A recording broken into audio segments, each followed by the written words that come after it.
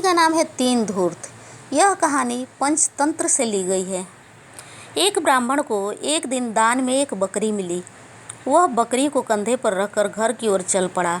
रास्ते में तीन धूर्तों ने उस ब्राह्मण को बकरी ले जाते देखा तो उनके मुंह में पानी भर आया। उन्हें भूख लग रही थी। अच्छी मोटी ताज़ी बकरी है, एक ने कहा।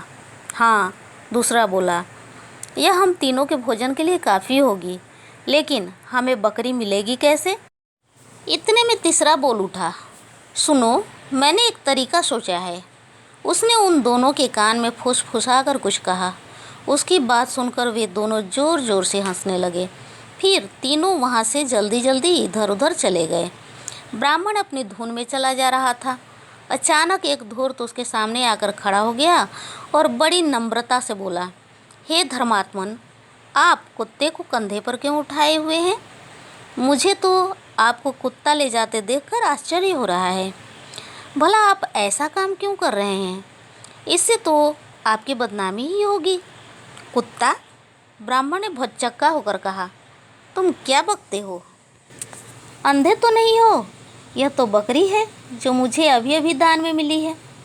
मुझ पर गुस्सा मत होइए महाराज, धूर्त ने शांत आवाज़ में कहा। मैं तो वही कह रहा हूँ जो मुझे दिखाई देता है, लेकिन मैं अब और कुछ नहीं कहूँगा। मुझे क्षमा कर दीजिए महाराज। धूर्त वहाँ से चला गया। ब्राह्मण गुस्से में बड़बड़ाता हुआ आगे बढ़ गया। थोड़ी दूर जाने के बाद ब्राह्मण को दूसरा धूर्त मिला। दूसरे धूर्त ने पहले बकरी की ओर देखा और फिर ब्राह्मण की ओर देखने लगा। उसने दुख भरी आवाज़ में कहा, हे महात्मन, आपको अपने कंधे पर मरा हुआ बछड़ा नहीं उठाना चाहिए। आप तो जानते ही हैं कि ब्राह्मण के लिए मरा हुआ जानवर उठाना बड़ी लज्जा की बात है। मरा हुआ जानवर? मरा हुआ बछड़ा? ब्राह्मण ने बौखलाकर कहा।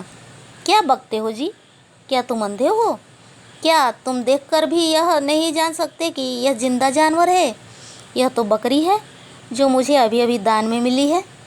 धूर्त ने बड़ी नम्रता से उत्तर दिया, कृपा कर मुझ पर गुस्सा मत होइए महाराज। आपकी इच्छा है, चाहे मरा हुआ बछड़ा उठाएं या जिंदा, मुझे क्या। अब मैं कुछ नहीं कहूँगा, जैसा जी चाहे कीजिए। ब्राह्मण आगे बढ़ा। अब उसे थोड़ी चिंता होने लगी थी। वह बार बार बकरी को देखता था। क्या यह सचमुच बकरी ही है? लेकिन जल्दी ही उसे तीसरा धूर्त मिला। तीसरे धूर्त ने कहा, क्षमा कीजिए श्रीमान, मैं यह बात आपके भले के लिए ही कह रहा हूँ कि जो कुछ भी आप कर रहे हैं वह एक ब्राह्मण के लिए बहुत शर्म की बात है। शर्म? ब्राह्मण ने बिगड़ कर पूछा, कैसी शर्म?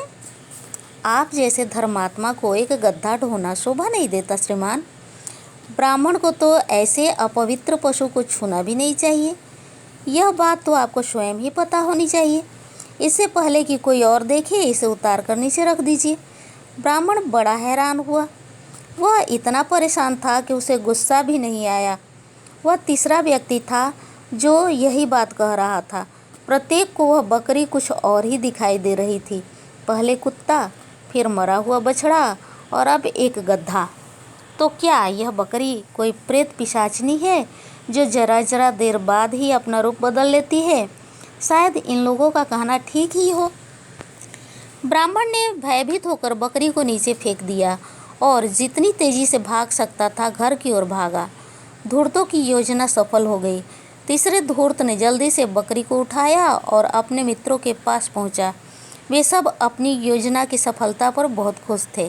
फिर उन्होंने एक शानदार दावत उड़ाई।